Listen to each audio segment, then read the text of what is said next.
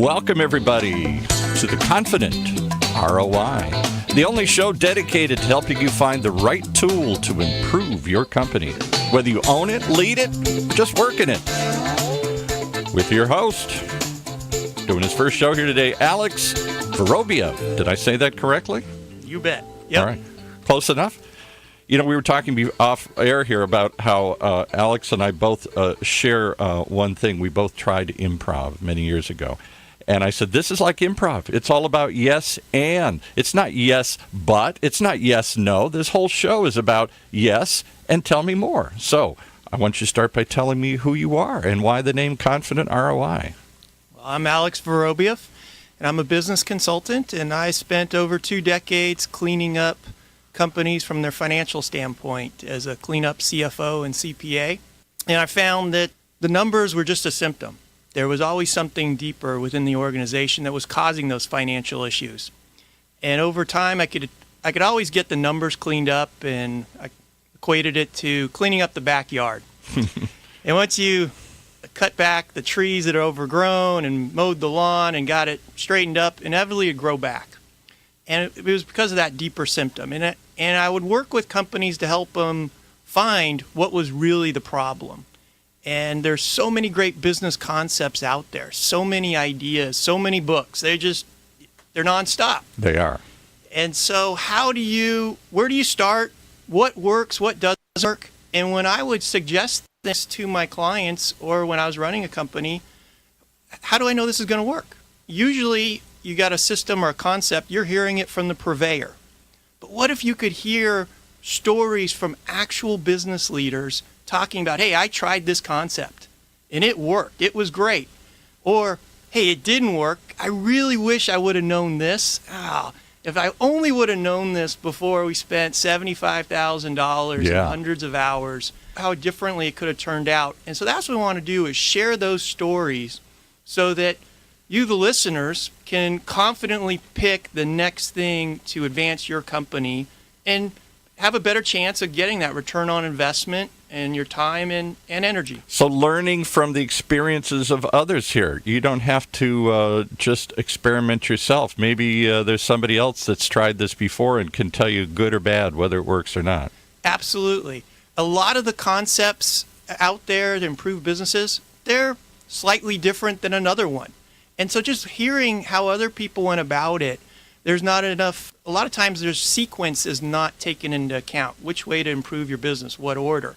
And so to hear from somebody in their own words and hear the emotions of it, it will give you a chance to hear that better. And they have one of our guests coming up in May.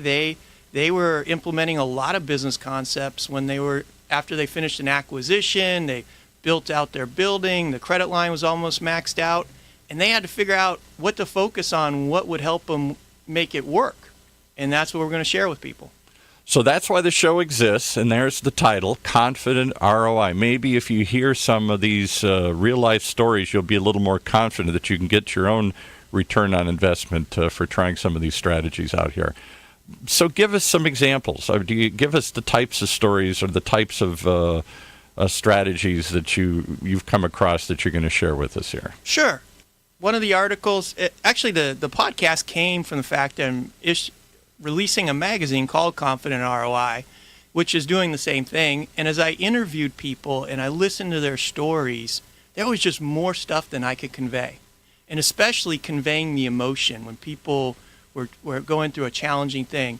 One of the stories is of Robin Osborne, who was running her family business. It was second generation, and they were struggling. And they were stuck, and they used one of the new business alignment tools out there to implement something. And they went through this process where she had to deal with some challenges that her family members brought up and how she was coming across within the company, and her brother had to confront her on something. And so we're going to share those stories with you.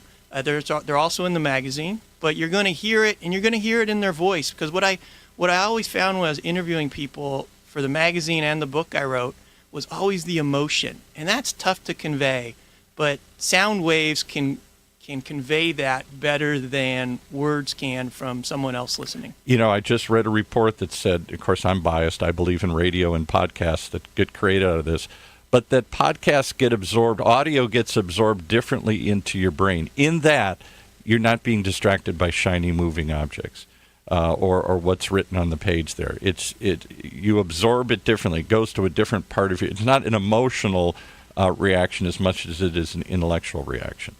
Do you think that's true? Absolutely. And actually, one of the articles in the magazine, and will be a podcast, is on the Brain-Based Leadership Academy, or course, which I paid for and took. And it talks about, it helps business leaders understand how are our brains programmed, how are we set up to learn, how are we set up to make decisions, how does that affect business leaders? Because our brains, they're still set as 10,000 years ago. We're living on the savannah. Isn't that the truth? And as part of that, isn't one of the ways we're hardwired to learn through stories? Hey, kid, tell me the story of the tribe. Hey, let me tell you, kid, how we do things here in this company. It's story. Tell me a story, Daddy. This is how we learn, and we remember. I always say, people coming over and over again, they want to give facts and figures and details. I understand that's part of the story. But tell me a story. Put it in real human terms that I can relate to, and I'll never forget that. And that's what we're going to focus on, because there was a nice YouTube video that PowerPoint's been around for about 30 years. The written word's been around for 5,000 years, 3,000 to 5,000 years. But storytelling's been around for 10,000 years. Exactly. So it stood the test of time. Zuckerberg and Google haven't messed it up yet. Yeah. So is this just going to be more happy talk, more consultant mumbo jumbo, more impossible dreams, or are we going to get real and talk about, hey, I don't have all the answers. Hey, I'm not really sure what to do next. Hey, maybe I got the same fear as you got, that we never want to admit in this world where we're always positive and thumping our chest and I'm big and powerful and fear nothing. Yes. I'm going to ask all my guests for an example of how they struggled to confront reality or deal with negative feedback. As I wrote my book and did the research, I found that all the great business concepts out there assume the leader's going to have a good relationship with feedback and going to be able to see what's working and not working and make adjustments accordingly. Right. But that's not reality. I was going to see the little red flag went up on my head and said, I don't know if that's true. I'm thinking of bosses and people I've known here. Did they really want to listen to the truth? And I'll start with myself. The book got started because I was working with a company and I was in really deep. And we were making progress, but not as fast as I would have liked. And so I always brought that kind of stuff home at the time. And I was frustrated and a little grumpy. And my wife said, is it really just that company? Because that reminds me of that other company. Mm. And time before that. I knew where she was going. She thought it was me. And it opened up for me to evaluate it. And I got other feedback like that from a colleague that basically said, hey, I think you got a character flaw on how you deal with things when they don't go according to plan. Don't we all? And it was very liberating to hear it and absorb it and do something about it than just to deny it and say, you got it wrong. And it's actually how we're wired. We are wired not to spend the energy to really think critically, to look for the root cause. We're wired to stay on the surface, move quickly. Our brain is processing 11 million bytes of information a second. It only consciously processes 40 of it. 40 of it? 40. It wants to deal with things. That's how you can drive somewhere and go, how did I get here? Because your brain did a lot of it on using the non-conscious part of it.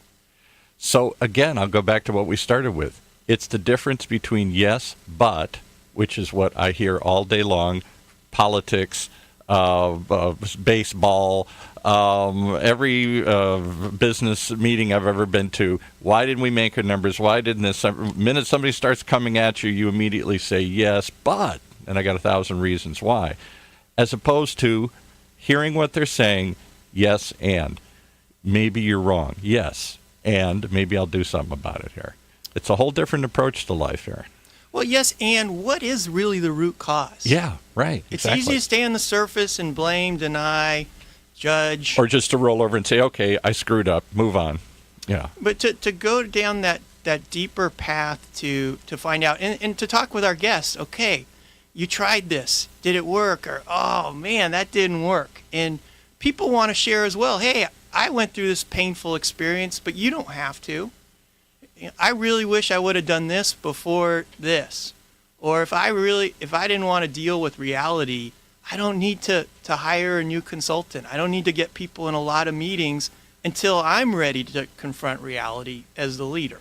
But then I'm going to go to yes, but again here. Yes, but are we back to the Tom Cruise movie, Jack Nicholson in the witness chair saying, you can't handle the truth?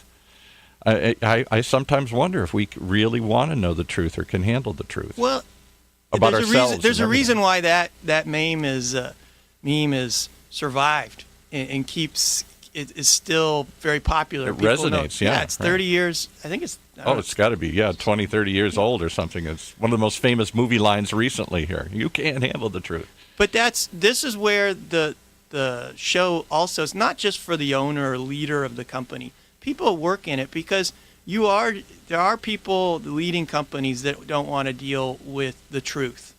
And the book and the stories are a way to let those people find it on their own, to make their own discoveries that, maybe I'm not confronting reality, because that's tough. And as someone who's working in a company, your options are to be quiet about it, to confront it, or to leave. Yes. But if you leave as well, how do you know you're not going to the next place isn't going to be worse?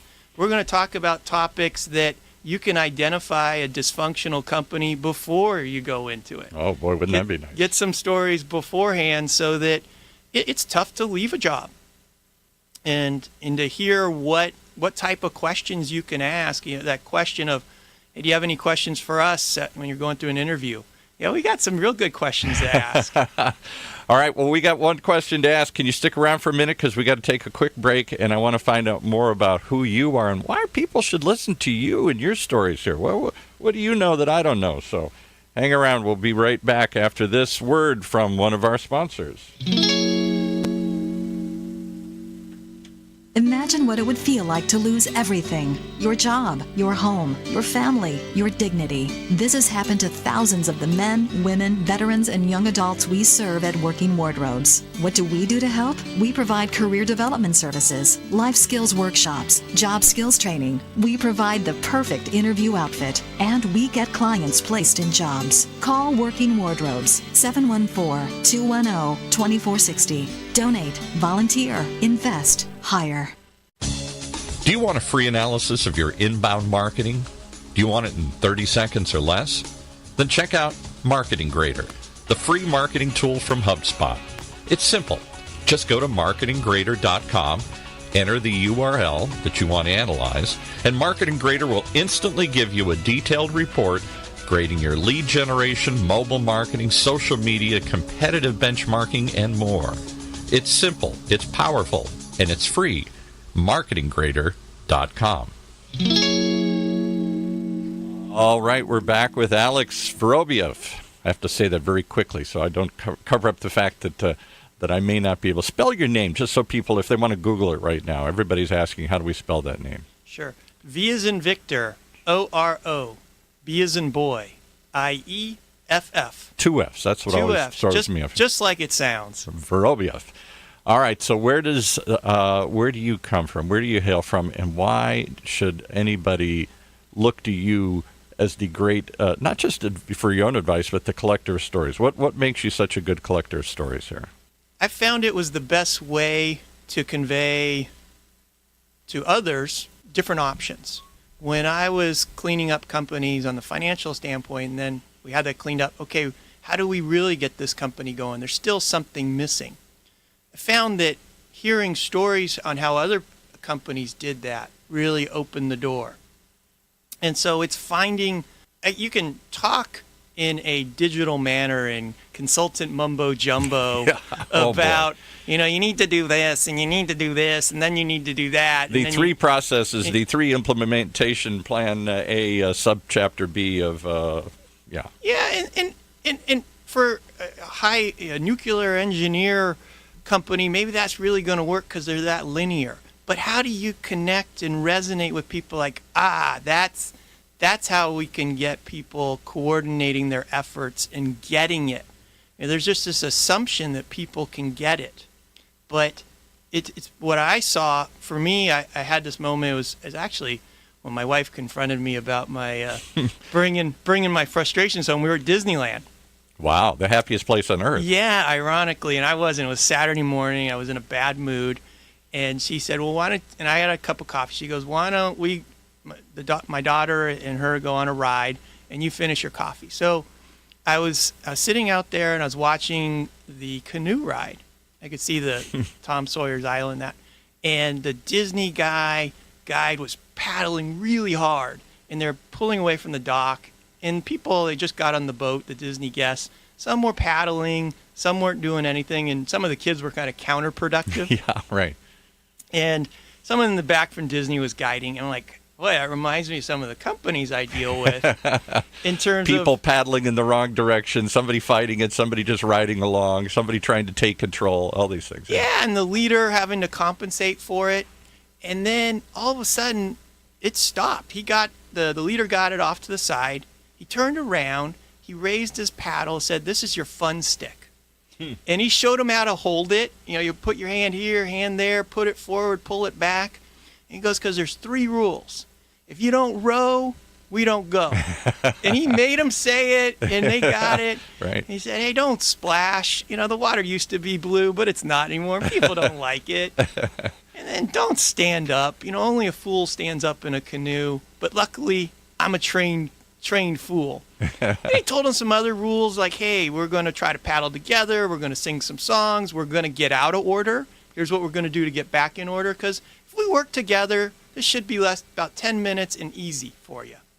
And You're getting a life lesson watching the canoe ride at Disneyland here. yeah, while my wife's telling me I got a bad relationship with feedback. and bam, they turned around and they were gone, less than 90 seconds. And I realized how many businesses, how many teams, they don't do even that. Yeah. And they Exactly. expect a lot more. They're not paddling around a fake island. Yeah. They're actually out there spending money and time and energy, and sometimes people's lives are at risk. Yeah.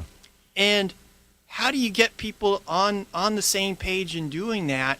And I've seen a lot of systems for doing that, but there's nothing like the story of telling people, hey, do you at least do as what Disneyland does to get people rowing in the same direction? And the other thing I find with stories is then people can relate. Takes the onus off them. If I come at you and say you get defensive.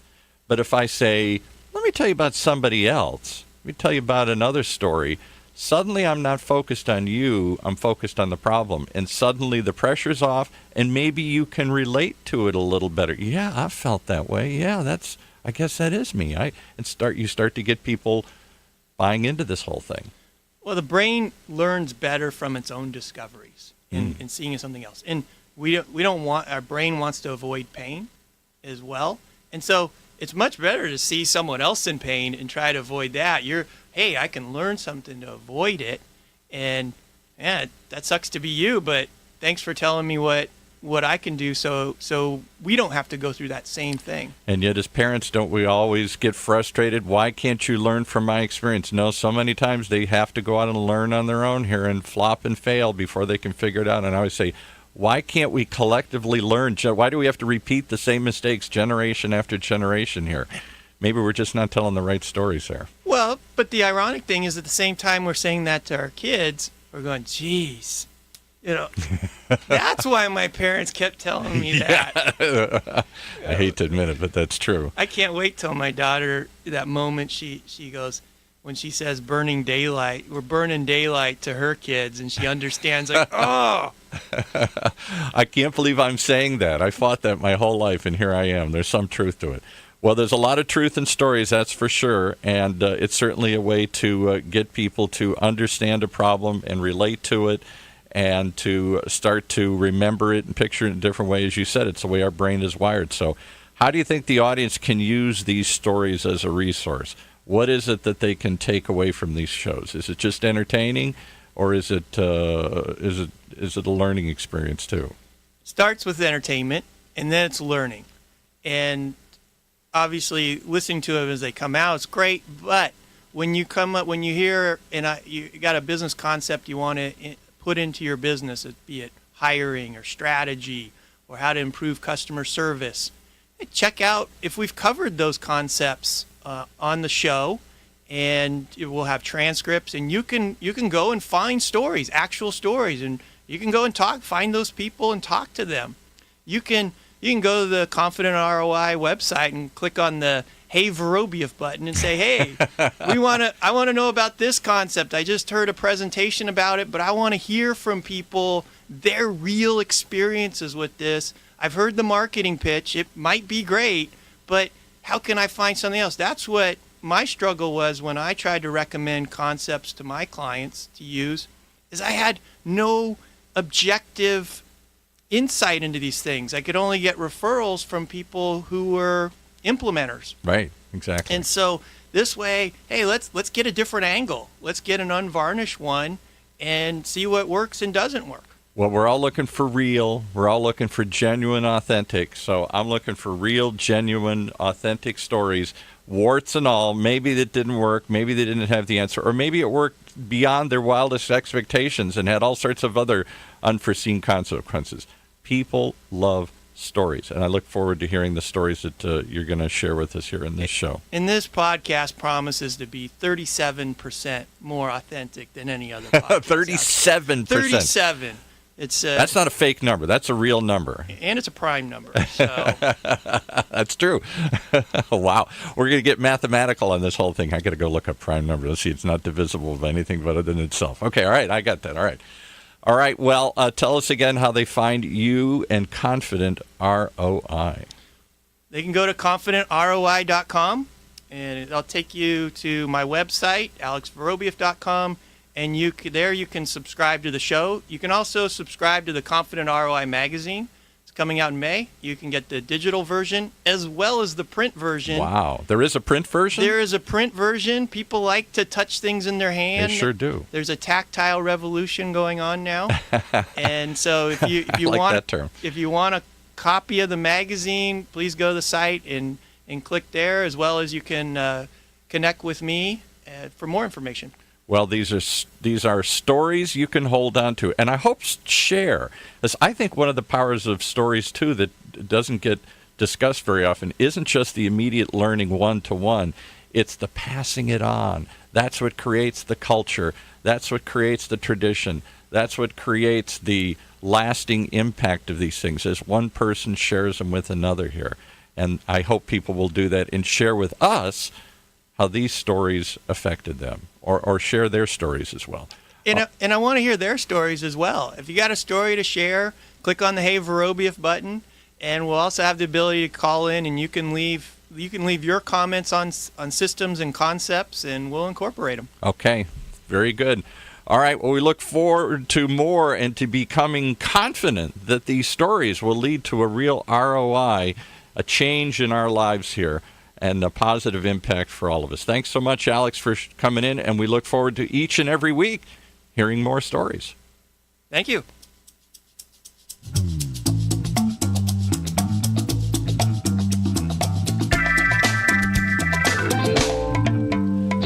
You've been listening to the only show that confidently shares stories with you, so you can be confident in your ROI. Right here in Orange County's only community radio station, octalkradio.net.